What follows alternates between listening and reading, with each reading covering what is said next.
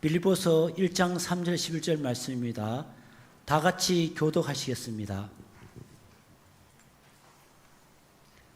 내가 너희를 생각할 때마다 나의 하나님께 감사하며 간구할 때마다 너희 무리를 위하여 기쁨으로 항상 간구함은 너희가 첫날부터 이제까지 복을 위한 일에 참여하고 있기 때문이라. 너희 안에서 착한 일을 시작하신 이가 그리스도 예수의 날까지 이루실 줄을 우리는 확신하노라. 내가 너희 무리를 위하여 이와 같이 생각하는 것이 마땅하니 이는 너희가 내 마음에 있음이며 나의 명인과 복음을 변명함과 확정함에 너희가 다 나와 함께 은혜에 참여한 자가 됨이라. 내가 예수 그리스도의 심장으로 너희 무리를 얼마나 사모하는지 하나님이 내 증인이시니라. 내가 기도하노라. 너희 사랑을 지식과 모든 총명으로 점점 더 풍성하게 하사 너희로 지극히 선한 것을 분별하며 또 진실하여 허물 없이 그리스도의 날까지 이루고. 함께 읽겠습니다. 예수 그리스도로 말미암아 의의 열매가 가득하여 하나님의 영광과 찬송이 되기를 원하노라. 아멘. 오늘은 이 시간에는 하나님께 감사하는 이유라는 제목으로 말씀을 나누고자 합니다. 모든 사람들이 인생길을 걸어가면서 소원하는 한 가지가 있습니다. 내가 걸어가는 인생길은 평탄하기를 원한다. 내가 걸어가는 인생길은 꽃길이 되기를 원한다는 거죠. 그래서 졸업식 같은 데도 가보면 현수막에다가 꽃길만 걸으세요 하고 이렇게 붙여놓은 것을 우리가 볼 때가 있습니다. 그런데 그렇게 모두가 다 평탄한 길, 꽃길을 소원하지만 평탄한 길, 꽃길만 일생 동안 걷는 사람은 아주 없다는 것이죠. 모든 사람들이 인생길을 걸어가는 가운데 어려운 일을 만나고 우리 교회의 말로는 시험에 든다는 거죠. 시험을 만날 때가 있습니다. 그리고 우리가 이렇게 인생길을 걸어가는 가운데 시험을 만난다, 어려운 일을 만난다, 그러면 우리 마음속에 근심 걱정이 찾아오고 마음의 평안이 깨져버립니다. 그럴 때 여러분, 이 깨어져 버린 마음의 평안을 찾기 위해서 여러분들은 어떤 일을 하시는가요? 혹시 술 하시는가요? 담배? 혹시 마약 하시는 분 계시는가요? 쇼핑 하시는 분 혹시 계세요? 쇼핑으로 이런 평안을 찾는 분도 가끔 계시더라고요, 보니까. 앞에 있는 사람도 가끔 그럴 때 있습니다. 근데 대부분 신앙심이 깊은 분들이라면 이 마음의 평안이 깨질 때 뭐 하죠? 아멘. 주님 앞에 나 기도하죠, 그죠? 기도하고 마음의 평안을 얻어서 다시 신앙의 길을 묵묵하게 걸어가는 것이 일반적입니다. 우리 하나님을 아는 사람뿐만 아니라 하나님을 알지 못하는 사람들, 하나님을 모르는 사람들도 자기들이 믿는 신에게 그 마음의 평안을 찾기 위해서 기도하잖아요. 대구에 유명한 돌부처 있죠. 시험 기간만 되면 거기 가서 열심히 기도를 해요. 어떤 사람은 명상을 하기도 하고 어떤 사람은 요가를 하기도 하고 나름대로의 방법으로 깨어져 버린 그 평안을 찾으려고 그럽니다. 그렇게 해서 이제 평안을 찾게 되죠. 좋은 방법이에요. 우리 신앙인들이 어려운 일 만났을 때 기도하는 것 최고 좋은 방법입니다. 그런데 이 기도하는 것보다 더 마음에 안정감을 주고 평안을 가져다 주고 또 어려운 일을 이길 수 있는 힘을 주는 것이 있다고 합니다. 뭔지 여러분 혹시 아세요? 기도하는 것보다 더. 처음 들어봅니까? 감사하는 마음을 가지는 것, 고마운 마음을 가지는 것, 나에게 잘해준 사람, 또 내가 믿는 그 하나님을 향하여 지금까지 나에게 베풀어 주신 일들을 생각하면서 감사하고 고마운 마음을 가질 때 그 마음 속에 평강이 찾아오고 어려움을 이길 수 있는 힘도 생긴다고 합니다. 정말 그런가요? 한번 찾아보세요. 요즘은 AI가 잘 가르쳐줘요. 과학적인 근거 있는 말씀을 여러분에게 드렸습니다. 감사하는 것, 고마운 마음을 가지는 것 참 중요한데요. 오늘 우리가 빌립보서 1장의 말씀을 읽었는데 바로 이 빌립보서를 기록한 사도 바울은 일평생 그런 감사하는 마음, 고마운 마음을 가지고 하나님 앞에서 살았던 인물이라고 할 수 있습니다. 특별히 많은 서신들 가운데 이 빌립보서에는 바울의 그런 감사하는 마음, 고마운 마음이 많이 담겨져 있습니다. 1장 3절 말씀을 다시 한번 읽어볼까요? 1장 3절 말씀 같이 한번 읽어보겠습니다. 시작. 내가 너희를 생각할 때마다 나의 하나님께 감사하며 그랬습니다. 내가는 누굴까요? 사도 바울입니다. 다메섹 도상에서 극적으로 예수 그리스도를 만났던 사도 바울이 바로 내가입니다. 그 다음에 너희는 누굽니까? 빌립보 교회 성도들을 의미하는 것입니다. 여러분, 빌립보 교회가 어떻게 시작됐는지 다 아시죠? 사도 바울이 안디옥 교회의 파송을 받아서 두 번째 선교 여행을 아시아에서 열심히 하는데 계획대로 잘 되지 않았어요. 드로아라는 지역에 갔을 때에 마게도냐 사람 한 사람이 환상 가운데 나타나서 와서 우리를 도우라 라고 외칩니다. 와서 우리를 도우라. 사도 바울은 그 환상을 봤을 때 이것이 바로 하나님의 뜻이구나.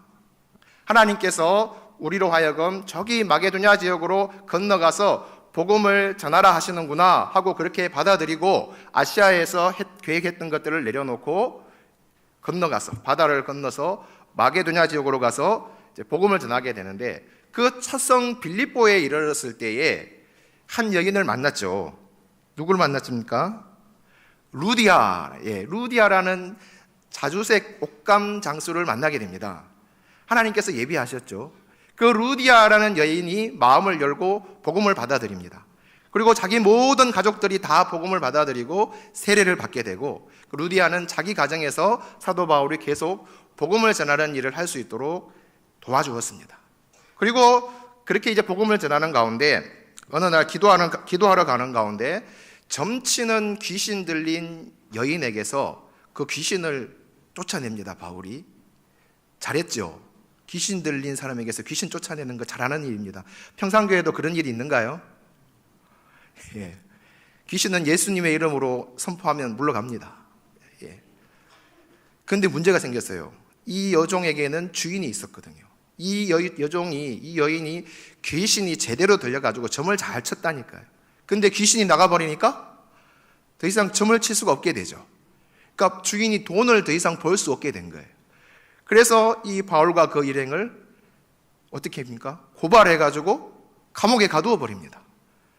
자, 감옥에 가뒀는데 바울과 실라가 그 감옥에서 뭘 했을까요? 기도했습니다. 기도하고 찬송했더니 놀라운 일이 벌어졌죠. 이 옥터에 지진이 일어나고 사람들에게 매여있던 것이 다 풀리고 엄청난 일이 일어났어요. 그 감옥을 지키는 간수가 자다가 깨어나가 깜짝 놀랐습니다. 죄수들이 지금 다 도망간 거 아닌가. 그래서 자결을 하려고 했는데 바울이 그만 잠깐, 우리 다 여기 있으니까 죽지 말라고 얘기합니다. 그러면 우리가 어떻게 해야, 간수가 우리가 어떻게 해야 구원을 받으리까? 그 뭐라 했죠?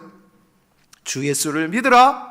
그리하면 너와 내 집이 구원을 받으리라. 그랬죠. 그래서 간수의 가족들이 다 복음을 듣고 세례를 받고 교회로 들어오게 됩니다. 그렇게 해서 빌립보 교회는 점점 더 부흥해가게 되죠. 바울은 그곳에 계속 머물던 것이 아니라 이제 빌립보 교회를 떠나서 다른 지역으로, 데살로니가로, 베레아로, 고린도로 다니면서 계속 복음을 전하게 되었는데요. 그렇게 바울이 빌립보를 떠나서 다른 지역에서 복음을 계속 전하는 그 가운데 이 빌립보 교회는 바울이 복음 전하는 사역을 잘할 수 있도록 계속해서 해준 것이 있습니다. 무엇을 했을까요? 기도했습니다. 선교 사명을 잘 감당할 수 있도록. 그다음에 물질로도 도와주었습니다. 이 바울이 감옥에 갇혔을 때는 사람을 보내서 옥바라지까지 해준 교회가 바로 빌립보 교회였습니다. 그래서 바울은 자신이 그렇게 선교 사명을, 하나님께 받은 복음 전하는 사명을 잘 감당할 수 있도록 기도해주고 물질로 도와주고 사람까지 보내줘서 도와준 그 빌립보 교회를 생각하면은 얼마나 감사했는지. 그래서 오늘 본문에 내가 너희를 생각할 때마다 나의 하나님께 감사한다, 이렇게 표현하고 있는 것입니다. 여러분, 이 말 참 중요해요. 생각할 때마다. 여러분, 감사는 그냥 당장 앞에 감사할 일이 있었을 때는 감사합니다 하지만 그런 거 없었을 때는 이 생각해야 돼요. 생각하면 감사할 거리가 생각이 나게 되는 거예요. 바울이 하는 말이 생각할 때, 내가 너희를 생각할 때마다 지금까지 해준 일 너무 감사하다. 이게 중요한 거예요. 저희 모친께서 지금 이 땅에 안 계시고 이제 별세를 하셔서 안 계시는데, 살아 계실 때에 아들들을 불러놓고 부친에 대해서 흉보는 이야기를 많이 하셨어요. 죄송한데 지금 들으실지도 모르겠는데, 무엇을 잘해주었다고 잘했다고 하는 이야기보다는 매일 하는 얘기, 내 아버지는 어떻게, 안 좋은 이야기들을 계속 하시더라고요. 잘한 이야기 말고 잘못한 이야기. 그래서 제가 어느 날은 어머니에게 그렇게 딱 정색을 하고 물었죠. 어머니 보고는 엄마라 그럽니다. 엄마라 그랬거든요. 엄마, 아버지가 그러면 엄마한테 잘해준 일은 하나도 없어요? 그랬거든요. 그렇게 물으니까, 질문을 하니까 어머니께서 가만히 생각하시더니만 있다. 얼굴이 갑자기 환하게 밝아지시면서, 내가 임신했을 때인데 할머니 몰래 나를 데리고 포도밭에 가서 그 맛있는 포도를 사주었다. 그 얘기를 하시면서 얼굴이 얼마나 밝아지시는지. 그러니까 감사할 일을 생각하면 이렇게 기쁨이 속에서 우러나오는 것 같아요. 생각해보면 있다니까요. 계속 불평하는 분들도 생각 바꿔봐라. 생각해보면 감사할 일이 있다. 어렵고 힘든 일을 만났을 때 우리가 원망, 불평하기보다는 그래도 나에게 잘해준 일들에 대해서, 어떤 사람이 나에게 잘해준 일들에 대해서, 하나님께서 나에게 잘해주신, 은혜 베풀어 주신 일들에 대해서 감사를 하다 보면 마음에 평강과 기쁨이 찾아오고, 다시 한번 해봐야지 하는 힘도 마음속에서 깊은 곳에서 생겨나게 될 줄로 믿습니다. 사도 바울이 이제 빌립보 교회 성도들에게 감사하는 이유를 구체적으로 5절 말씀에 이제 기록하고 있는데요. 빌립보서 1장 5절 말씀을 우리가 다시 한번 읽어보겠습니다. 시작. 너희가 첫날부터 이제까지 복음을 위한 일에 참여하고 있기 때문이라 했습니다. 너희가 첫날부터 이제까지 무엇을 위한 일에 참여하고 있다고요? 복음을 위한 일에 참여하고 있다고 말하고 있습니다. 그것으로 인해서 내가 특별히 너희에게 감사한다고 표현하고 있는 것입니다. 첫날은 언제일까요? 빌립보 교회가 처음 예수 그리스도를 영접하고 세워졌던 그때, 이제까지, 지금까지는요. 지금 사도 바울이 감옥에 갇힌 상태에서 이 빌립보서를 쓰고 있거든요. 지금 이 시간까지도 너희가 복음을 위한 일에 참여하고 힘쓰고 있기 때문에 내가 그것으로 인해서 너희에게 감사한다. 그렇게 표현하고 있는 것입니다. 여러분, 우리 평산교회에는 첫날이 언제죠? 제가 퀴즈를 내려고 일부러 연락을 봤는데 1971년? 와, 기억하시네. 할렐루야. 교회를 많이 사랑하셨나 봅니다. 기억하시는 분 잘 없거든요. 첫날이 있었겠지. 71년 1월 3일부터 오늘 이 시간까지 우리 평산교회도 복음을 위한 일에 참여하고 있는 줄로 믿습니다. 예. 여러분, 예수 그리스도의 그 십자가의 은혜를 경험한 사람들이라면 누구나 다 이 복음을 위한 일에 참여하고 싶은 마음이 생겨요. 여러분, 그렇죠? 수요 예배도 참여하고 싶은 마음이 있어서 오신 거죠? 예, 할렐루야. 본능이에요. 은혜를 받고 나면. 근데 전혀 그런 생각이 없다. 나는 복음을 위한 일에 참여하고 싶은 마음이 전혀 없다. 그런 분들은 둘 중에 하나예요. 첫 번째는 뭐냐 하면 예수 그리스도의 그 속죄의 은혜, 죄를 사하시는 그 은혜를 경험하지 못했거나, 두 번째, 은혜는 깊이 경험했는데 교회 생활을, 신앙생활을 하는 가운데 마음속에 너무 큰 상처를 받았거나. 상처 입은 분들 좀 계시는 것 같은데요. 표정이 그러십니다. 근데 상처 입은 분들은 치유의 은혜가 있기를 소망합니다. 속죄의 은혜를 경험하고 이번 상처를 치유받게 되면 마음속 깊은 곳에서는 어떻게 해서든지 내가 복음을 위한 일을 해야지 하는 마음이 계속 일어나게 되어져 있다는 것입니다. 여러분, 복음을 위한 일은 어떻게 하는 거죠? 두 가지, 가든지 보내든지 두 가지입니다. 간다는 것은 풀타임 선교사로, 내 전생애를 바쳐서 그리스도의 복음을 위해서 일하는 것입니다. 보내는 것은요, 풀타임 선교사를 위해서 내가 뒤에서 기도하고 물질적으로 후원하는 것이 보내는 것입니다. 가는 선교사가 될 수도 있고 보내는 선교사가 될 수도 있고, 아니면 그 두 가지를 다 감당할 수도 있는 것입니다. 여러분, 언젠가 새롭게 하소서, 여러분 혹시 프로그램 보십니까? 새롭게 하소서에 허석구 목사님 부부가, 두 분 다 목사님이세요. 나오신 적이, 출연하신 적이 있거든요. 이 허석구 목사님은 목회자가 되기 전에 치과대를 졸업하고 치과병원을 운영하신 분이었어요. 치과병원을 운영하시면서 이제 복음을 위한 일을 하셨는데, 이분은 그런 결단을 했다고 합니다. 내가 한 분을 선택해서, 풀타임 사역자 한 분을 선택해서 그분이 선교하는 데 필요한 모든 것들을 지원하겠다. 그렇게 해서 담임 목사님께, 그 교회 담임 목사님께 추천을 한번 해주십시오. 그렇게 해서 추천을 받아서 계속해서 그 풀타임 선교사님을 위해서 모든 필요한 경비를 지원하시면서 그 치과를 운영하면서 사셨는데, 그렇게 이제 사시는 가운데 10년의 세월이 흘렀어요. 그 10년쯤 흘렀을 때 하나님께서 이 허석구, 그때는 의사였죠, 이분을 신학교로 부르시고 신학 공부를 하게 하시고 목사 안수를 받게 하셔서 몽골 지역으로 선교를 떠나도록 하신 것입니다. 그래서 이분은 부부가 다 똑같이 신학 공부하시고 안수 받으시고 몽골 지역에 가서 어려 선교사로, 또 복음을 직접 전하는 선교사로 그렇게 사역을 하셨던 것이죠. 저분은 이제 선교사님이 되기 전에 저분 블로그였는데요, 예전 블로그 운영하실 때 제가 들어가서 봤습니다. 보니까 블로그 제목이 가든지 보내든지로 되어 있었고, 저 블로그 제목 밑에 이런 글귀가 있었어요. 본인이 선교사로 가든지 선교사를 보내든지 선교 지향적인 삶을 살기를 원한다. 이 글귀를 적어놓고 치과 운영을 하시면서 저 블로그도 함께 운영을 하셨죠. 그리고 나중에는 이제 직접 선교사로 가셔서 몽골 땅에서 선교하셨습니다. 사진도 있죠. 이렇게 목사 안수를 받으시고 몽골 지역에 베나니 교회를 세우시고 선교하신 분이 바로 이제 허석구 선교사님 목사님이십니다. 저분 이야기를 들으면서 제가 큰 도전을 받은 적이 있었습니다. 그래서 저분은 저 사역의 모든 것을, 내용을 담아서 가든지 보내든지라는 책까지 이제 써서 그렇게 내게 됐거든요. 아, 그렇구나. 저분의 이야기를 보면서 또 들으면서 가든지 보내든지 둘 중에 하나는 하면서 하나님 부르시는 그날까지 내가 살아야 되겠구나, 그렇게 결단을 했던 시간들이 있었습니다. 빌립보 교회가 바울을 향해서 그랬습니다.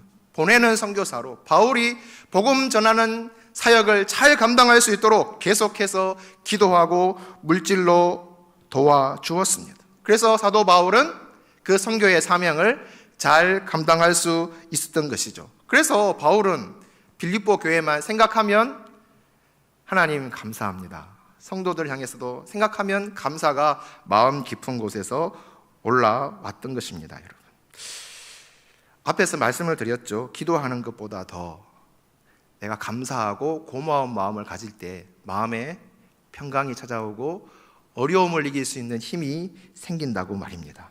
바울은 선교하면서 누구보다도 많은 어려움을 경험했던 사람입니다. 죽음의 고비도 많이 넘겼죠. 고린도후서 11장 23절에서 27절에 바울이 자기가 당한 고난을 이렇게 기록하고 있습니다.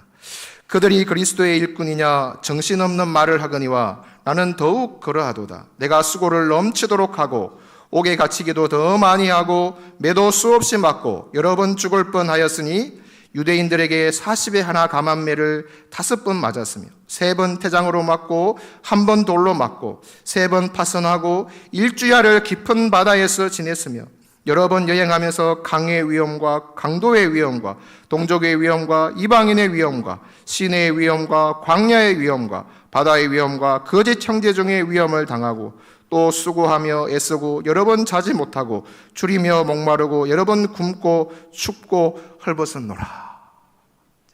이 짧은 글이지만 바울이 얼마나 큰 어려움, 힘든 일을 겪었는지 알 수 있게 해준 거예요.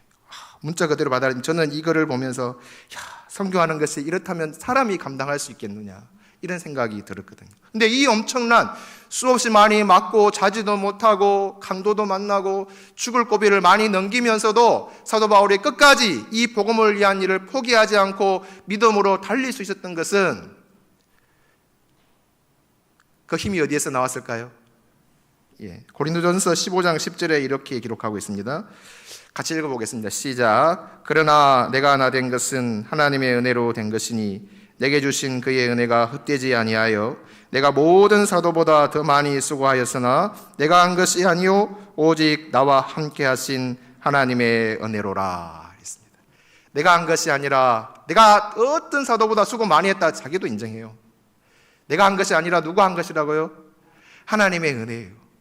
죄인 중에 괴수였던 바울이 스스로 표현하잖아요. 예수 그리스도를 믿던 사람들을 그렇게 박해하고 감옥에 가두고 힘들게 했던 죄인 중에 괴수였던 나를 불쌍히 여기셔서 나를 구원해 주신 그 주님의 은혜를 생각하면 그 일을 멈출 수가 없었던 거죠. 그 은혜만 생각하면 마음속 깊은 곳에서 감사가 올라왔던 거예요. 고마운 마음이 올라왔던 거예요. 그렇게 해서 바울은 힘을 얻어서 이렇게 힘든 선교의 사명을 끝까지 감당할 수 있었던 것입니다, 여러분.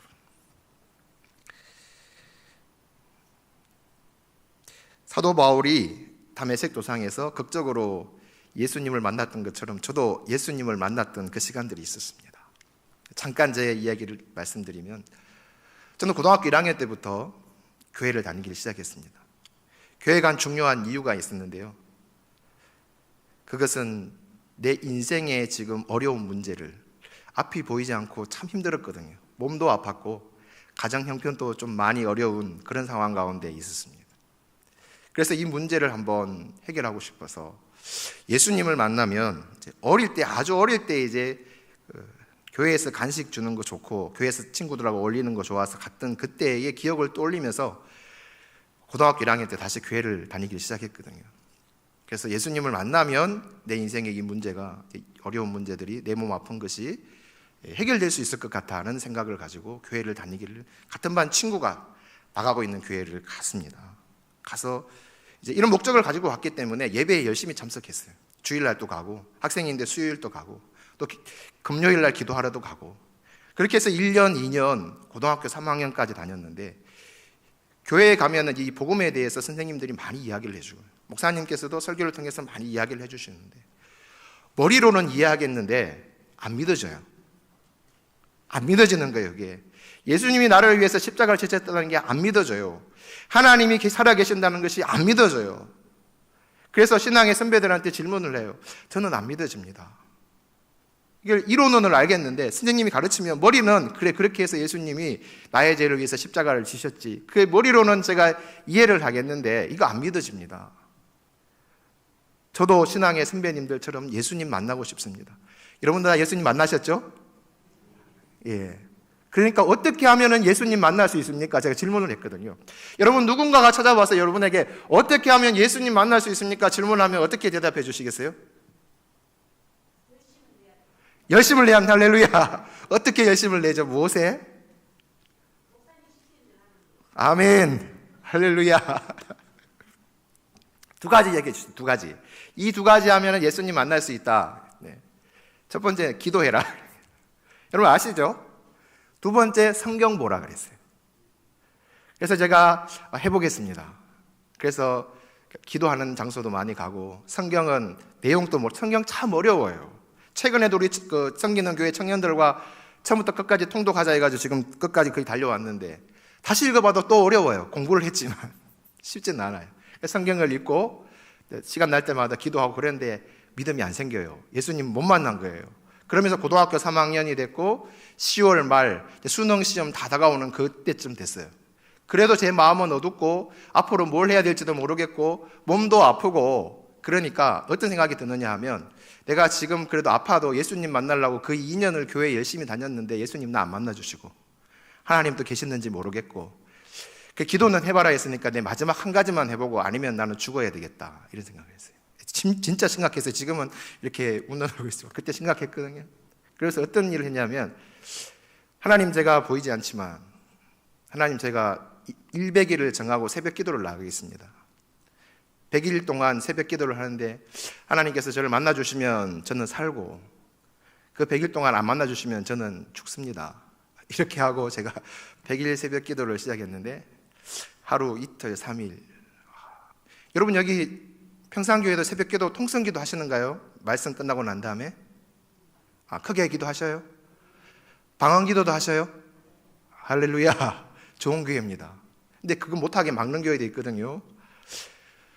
근데 제가 이제 아픔이 있어서 새벽 기도를 나가니까 제가 새벽 기도 가서 소리를 질러가면서 그때 기도했던 것 같아요. 다른 분들은 작은 소리를 하는데. 근데 지금 와서 돌아보니 제가 거의 100일을 그렇게 했던 것 같은데 어른들이 한 사람도 너 시끄럽다 하는 분이 안 계셨어요. 얼마나 지금 돌아보니 감사한데.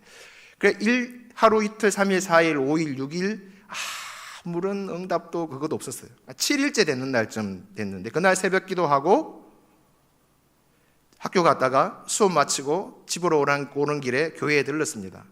그래서 가방을 옆에 놓고 교회 의자에 앉아서 어두컴컴한 교회에 앉아서 저에게도 믿음을 주시면 좋겠습니다. 저에게도 믿음을 주세요. 저에게도 믿음을 주세요. 저에게도 믿음을 주세요. 계속 이렇게 기도하는데 갑자기 엄청나게 환하고 밝은 빛이 저를 비추는 거예요. 본능적으로 알아져요. 주님이시구나. 어둡고 캄캄했던 제 마음이, 어두웠던 제 머리, 그때부터 머리부터 발끝까지 환하게 밝아지고 마음속에서 기쁨이 솟아오르기 시작하는데 감당할 수 없는 그런 기쁨이 막 생겼어요. 와, 정말 예수님 계시네. 7일째까지는 새벽 기도 가는 게 정말 힘들었어요. 새벽에 일어나고 학생이 새벽 기도 가려고 그래봐요.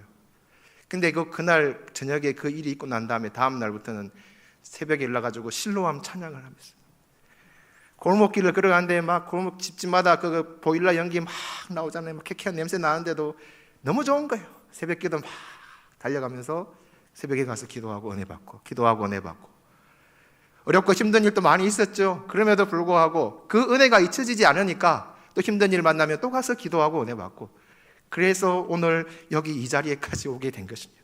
하나님의 은혜인 줄로 믿습니다. 하나님의 은혜가 임하면 모든 아픔이 치유되는 거예요. 그 은혜에 감사하면 어떤 어려움도 우리가 이겨낼 줄로 믿습니다. 여러분,